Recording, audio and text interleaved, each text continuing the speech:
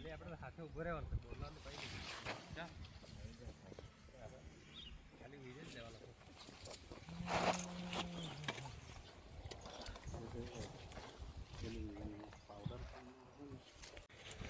નમસ્કાર ખેડૂત મિત્રો, આજે આપણે ભીંડાના ખેતરમાં ઊભા છીએ. આ ખેડૂત મિત્ર છે, તો આપણે એમના પરિચય સાથે જ જાણશું કે ભીંડાની આ કઈ જાત છે અને કેટલા વર્ષથી ભીંડાની ખેતી કરે છે અને આ વર્ષે શું ટ્રીટમેન્ટ કરી એમણે. તો સૌપ્રથમ તમારો પરિચય આપજો. શું નામ છે તમારું? મારું નામ નીતેશભાઈ ડી ચૌધરી. ઓકે. ગામ ડોલવણ, હા, તાલુકો ડોલવણ, જિલ્લો તાપી. ઓકે. અને ભીંડાની ખેતી કેટલા વર્ષથી કરો છો તમે? આમ તો ભીંડાની ખેતી એમ 3-4 વર્ષ ઉપર થઈ ગયા. ઓકે. પણ આ વર્ષે ખેતી કરવાનો કોઈ મતલબમાં ભીંડાનો ઈરાદો નહીં હતો. હા. પણ હવે અમારી જમીનમાં કોઈ ઠેકાણું નહીં મળે એમ. હા, બરાબર. અમારે કાયમી ગૌરાંગભાઈ સાથે મુલાકાત થાય હા, તો એમને વાત કરી મેં હા. કે હવે આ મારે ભીંડા કરવા છે અને જમીનમાં કોઈ વસ્તુ. અચ્છા, એટલે પહેલા ભીંડા કરતા, હા, પણ હવે ભીંડા કરવાની ઈચ્છા ઓછી થઈ ગઈ. ઈચ્છા ઓછી થઈ ગયેલી. કેમ? કેમ કે આ ઉત્પાદન મળે નહીં, ઉત્પાદન મળે નહીં, હા, અને જમીન પહેલાની જેવી રહી ને એટલા માટે. ખર્ચો વધુ થાય એમ. હા, એટલે એમની સાથે વાત થઈ, પછી એમણે મને સોલ્યુશન આપ્યું હા. કે હવે આપણે આ પ્રોડક્ટ છે એ ઉપયોગ કરો. કઈ પ્રોડક્ટ આજે અહીંયા રાખેલી છે? અહીંયા રાખી. જે અહીંયા આપણે રાખી છે, આ NPK છે, આ વામ છે. એક મિનિટ બતાવો ને કઈ કઈ છે. બધી જ પ્રોડક્ટ, મતલબ નેટસફની આ સ્ટીમરીચ છે, સેત છે, પછી વામ છે, બાયો 99 છે, એન્ટીવાયરલ છે, અને રેપઅપ છે, NPK અને ઝિંક. આ બધી વસ્તુ આપણા જમીનમાં ઉપયોગ થયો છે, હા, બરાબર ને? હા, એટલે તમને સલાહ આપનાર છે આ ગૌરાંગભાઈ. ગૌરાંગભાઈ. તો મતલબ તમને ભીંડા કરવાની ઈચ્છા હતી જ નહીં, અને તોય ભીંડા કરી નાખ્યા ગૌરાંગભાઈની સલાહના મારફતે, અને નેટસફ કંપનીની આ પ્રોડક્ટ તમે વાપરી. તો વિચાર તમારો બદલાઈ ગયો ભીંડાની ખેતી કરીએ એમ.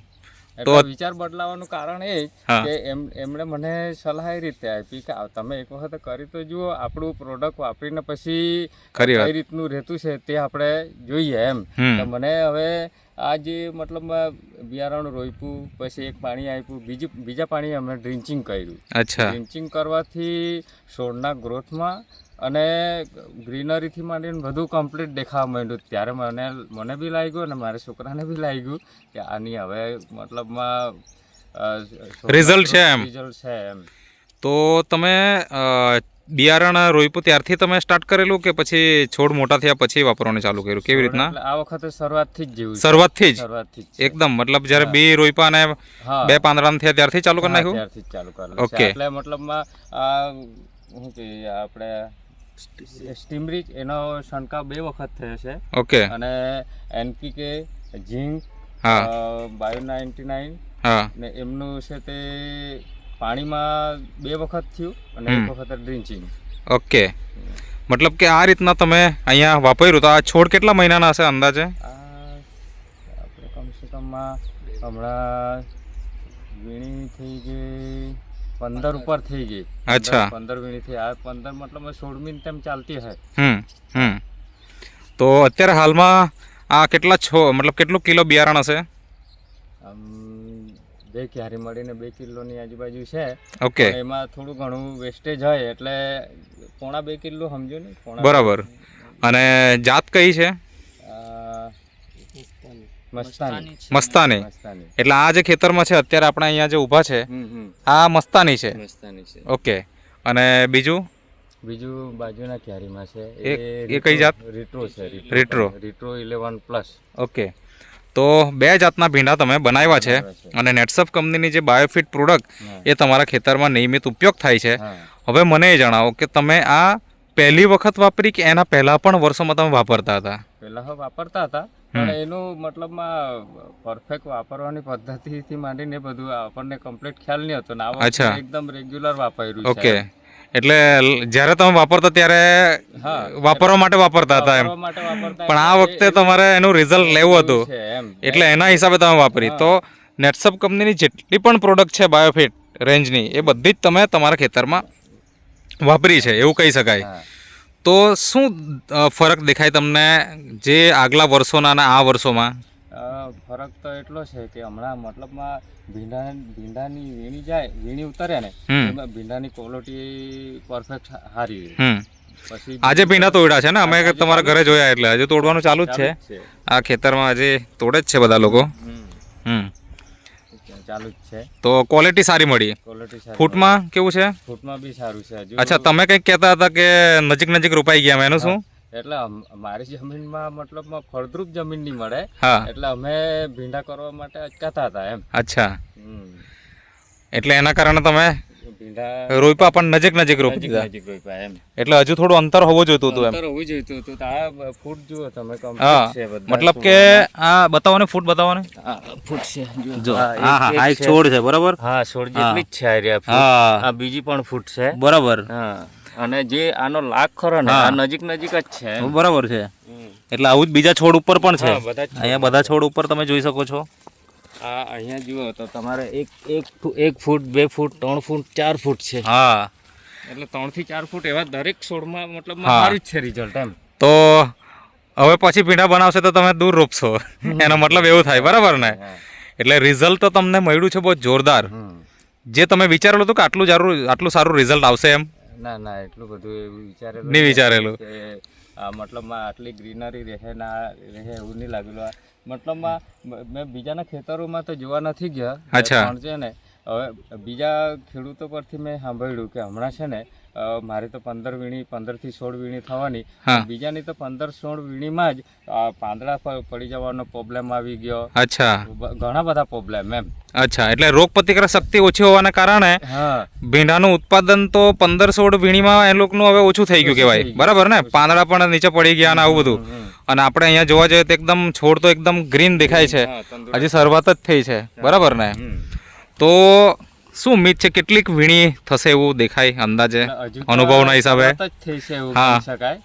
તમને કેટલી વીણી તોડવાનો ટાર્ગેટ રાખ્યો છે અમને તો હવે છે ને માર્ચ મહિનો પૂરો થાય તો સારું કેમ કે હજુ શરૂઆત થયેલી છે માર્ચની આજે માર્ચની પહેલી વીણી થવાની હવે એમાં અમને 15 વીણી મળે બરાબર એટલે એ 15 વીણી મળે એની સાથે અમારે ટોટલ 30 વીણી થશે બરાબર છે ટોટલ 30 વીણી એટલે હજી બીજી 15 વીણી કરશો 15 વીણી થવી જ જોઈએ એમ કેમ એના કરતા વધી પણ જાય તો એ તો વધે પણ કારણ કે આપણે બાયોફિટ દવા જે લોકો રેગ્યુલર વાપરે ને એની તો 50 55 60 65 સુધી પણ ગઈ છે એમ બરાબર ને હા એ બધાની જમીનમાં ફેરફાર હોઈ શકે થોડો ઘણો એના કારણે થોડું આમ તેમ થાય પણ 30 વીણી તો એ તો તમે ઓછામાં ઓછી કીધી પણ અમારા અનુભવના હિસાબે કહે તો કમસે કમ તમારે 50 વીણી સુધી તો જશે જ એમ પછી તમારો વરસાદ કેવો આવે કેટલો રહે એના ઉપર બધું આધાર રાખે તો આપણે અહીંયા ભીંડા પણ તોડ્યા છે ક્વોલિટી પણ આપણે જોઈએ થોડી તો આ ક્વોલિટી છે જોરદાર એકદમ નંબર 1 આ કયો ગ્રેડ કહેવાય આને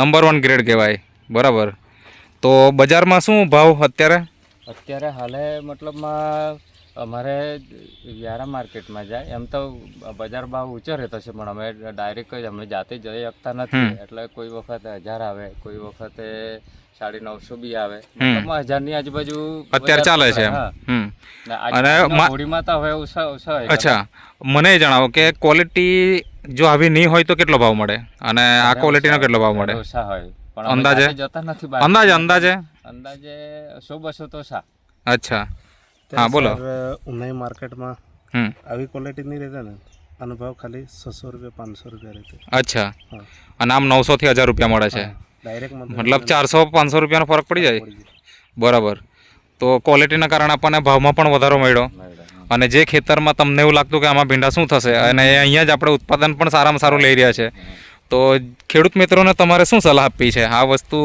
જે બાયોફિટ છે વાપરવી જોઈએ કે નહીં વાપરવી જોઈએ તમે તો છેલ્લા 4 વર્ષથી વાપરો જ છો પણ આ વર્ષે તમે બરાબર ટ્રીટમેન્ટ કરી પૂરેપૂરી એમ આનું અધૂરું ટ્રીટમેન્ટ કરવાથી શું થાય છે કે હવે એ ટ્રીટમેન્ટ છોડવાને મતલબમાં વ્યવસ્થિત મળી નહીં રહે પોષણ પછી એમ રેગ્યુલર આપણે જો કરીએ તો એને પોષણ બધું મળે ખરી વાત એટલે અમે આ વખતે પહેલેથી જ શરૂઆત કરી તો અત્યાર સુધી એનું ચાલુ જ છે એમ બરાબર ને હવે મારે ગણતરી એવી જ છે કે શેરડી કરેલી છે મેં એ તો શેરડીમાં બી રિઝલ્ટ એવું જ છે મારે કે સારું છે આ વખતે બરાબર કે બીજું હજુ રાસાયણિક ખાતર બિલકુલ નાખ્યું નથી પણ હવે ફૂટ જોવા જેવી છે ઓકે ને નવું રોપાણ બી શેરડી છે ઓકે તો ગૌરાંગભાઈ તમે એમને શરૂઆતથી ટ્રીટમેન્ટ આપી હા સર. અને તમારી એડવાઇસ હિસાબે અત્યારે સારું ઉત્પાદન લઈ રહ્યા છે. હા. તો બીજા કોઈ ખેડૂત મિત્રો તમારો કોન્ટેક્ટ કરવા માંગતા હોય તો કરી શકે. એના માટે તમારો કોન્ટેક્ટ નંબર આપો. 7203 7203 00 00 75 75 57. 57. ઓકે. આ લોકો હું લાસ્ટ 4 થી 5 વર્ષથી આવું છું. હમ એટલે ત્યારે યુઝ કરતા પણ એટલો બધો નહીં. હમ પણ આ વખતે મેં પહેલેથી પદ્ધતિસર ઉપયોગ કરાવ્યો કે હજુ અત્યારે જોવા જોઈએ ને છોડ સર તો એવું લાગે કે કદાચ 4-5 તોડ થઈ ગઈ. હા બરાબર છે. હા કે અમે રોજના રેગ્યુલર ભીંડાના ખેતરમાં ફરતા જ રહીએ લોકોના.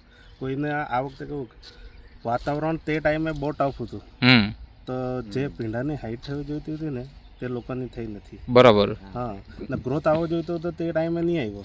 હમ તો તે ટાઈમે બી એ લોકોએ આપણું મેં મારા હિસાબે કીધું કે આપણે આ NPK વામ ઝીંકનો ડ્રિન્ચિંગ કરાવ્યું તો તેમથી એમના ખેતરમાં અત્યારે જુઓ ને તો ભીંડા એક સરખા છે. બરાબર.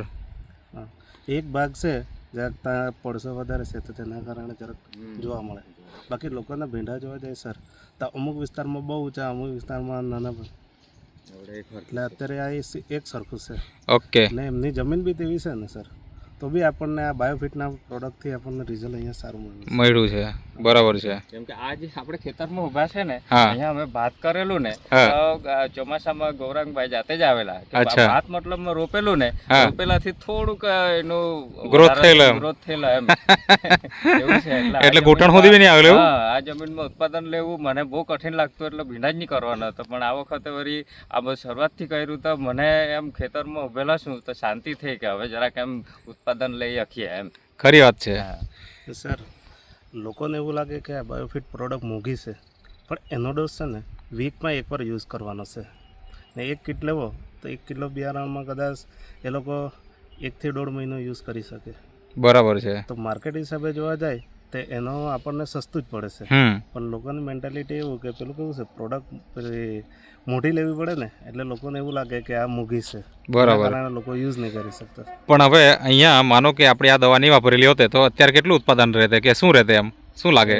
ત્યારે તો મારા ભીંડા એટલે થતે કે નહીં થતે એનું એ જ મોટો પ્રશ્ન છે એમ. એ મોટો પ્રશ્ન અમે એટલે જ પહેલા શરૂઆતમાં મેં કીધું કે હું ભીંડા જ નહીં કરવાનો હતો. પણ ગૌરાંગભાઈ સાથે પહેલા જ અમારી ચર્ચા થઈ કેમ કે હું 3-4 વર્ષથી એમના કોન્ટેક્ટમાં છું એટલે એક મિત્ર જેવા થઈ ગયેલા છે. એટલે એ રીતનું હું સલાહ લેમ કે હવે ખેતી કરવી હોય તો આ રીતે કરવી છે અને તમારું માર્ગદર્શન હોય તો જ હું તો જ કરું એમ. કરવાની છે. બરાબર છે. સર ગયા વર્ષે હમણે એમના જ કોન્ટેક્ટમાં એક જગ્યાએ અમે ગયેલા એ બી નજીકમાં જ છે વિસ્તારમાં. તો એમનું બી એવું જ હતું ખેતરમાં તમે જુઓ તો અમને બી એવું લાગેલું નાનું ખેતર કદાચ 700-800 ગ્રામ.